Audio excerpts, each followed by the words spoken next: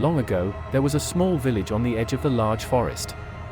It was mostly a peaceful village, but the villagers lived in fear of Lobizon, who was said to have lived inside the forest. Lobizon was a dark creature, half a man and a half wolf, and every full moon history was said to have come out of the woods in search of human flesh. But how did such creatures come into being? It's simple curse which occurs when the seventh son is born in any family. The curse will not fall on a daughter, but if a mother gave birth to seventh son, the last son will surely become Lobizon. When Philip was born, his mother was scared. She hoped for a daughter, not the son, but Philip's mother was kind and loving, and she was not going to retreat from her child.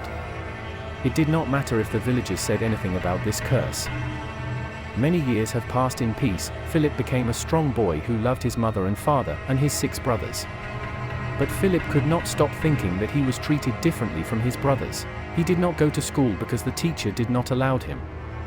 It was not appropriate because the young boy liked to learn new things and desperately wanted to befriend other children.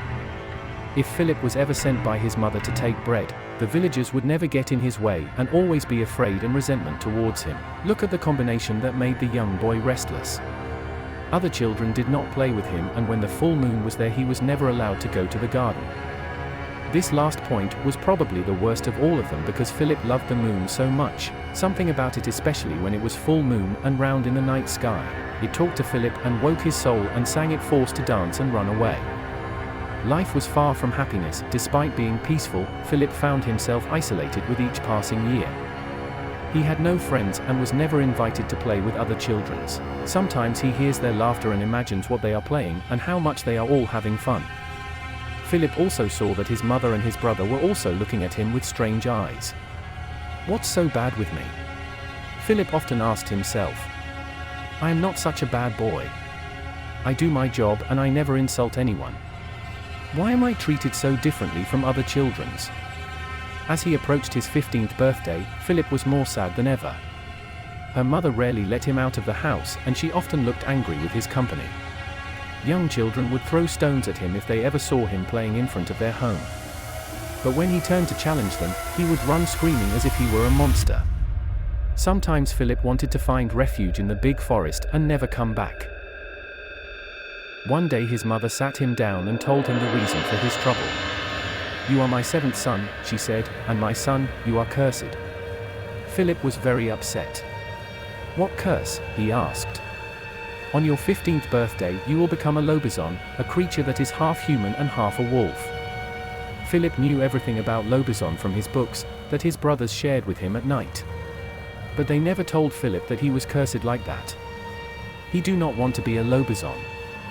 He do not want to be evil or cruel, and he did not believe in the idea of having long claws and thick skin on his whole body at all. On the occasion of his 15th birthday, the young Philip was more sad throughout his life than he had never been before. He sat on his bed in the dark and began to cry by himself. I've always been alone, he thought. I have always been treated differently. And now I am cursed to be a Lobizon. What do I do? All I wanted to be treated like everyone the same way. All I wanted was to admire the sports in the woods with friends and the beautiful moon at night. At the same time, Philip looked out of his bedroom window and saw the moon rising in a dark blue sky full of stars. It was a beautiful full moon and it filled his heart with joy. Then something very strange happened. Philip felt a stir in his stomach and felt itchy on his skin. He cried out to his chest and he lifted his head to the moon and called him as he had never done before. His body suddenly became furious and his hands and legs were turned into long ivory claws. His clothes teared into pieces and fell on the floor. And when Philip looked in the mirror, he saw a reflection of a tall wolf boy staring at her whole body with thick skin and wild red eyes that looked shining in the dark. So I'm a Lobizon, he said, shocked. Philip felt the call of the moon and the forest, and he knew it was time to turn away from his old life and embrace his destiny. The young wolf boy opened his bedroom window. He stopped before jumping out at night and took a last look around his old bedroom and thought of his mother and father and his 6 brothers. I will always remember to be with you, my dear family, but now I must accept who I am and start a new life. Then he jumped out of his bedroom window and ran to the woods, screaming at the moon all his way. His heart was full of strange new hope for the future. When Philip was inside a large deep forest, He stopped in a beautiful place and saw the ancient trees and the beautiful moon at the height of the sky. He would scream and jump and dance and laugh. And when he finally stopped screaming and dancing, he looked around and saw other lobes gathered in the empty part of the forest. Some were as young as Philip, some were old. He approached Philip and welcomed him. "You are now surrounded, in the big forest between friends," one said, soft and shaky. And it was only when Philip realized that he was not cursed at all. "I am a lobezon and I am at home," he said with a smile when he raised his head to the full moon and screamed with full force. The other lobezon all joined him and sang in a great group at night in the honor of the full moon.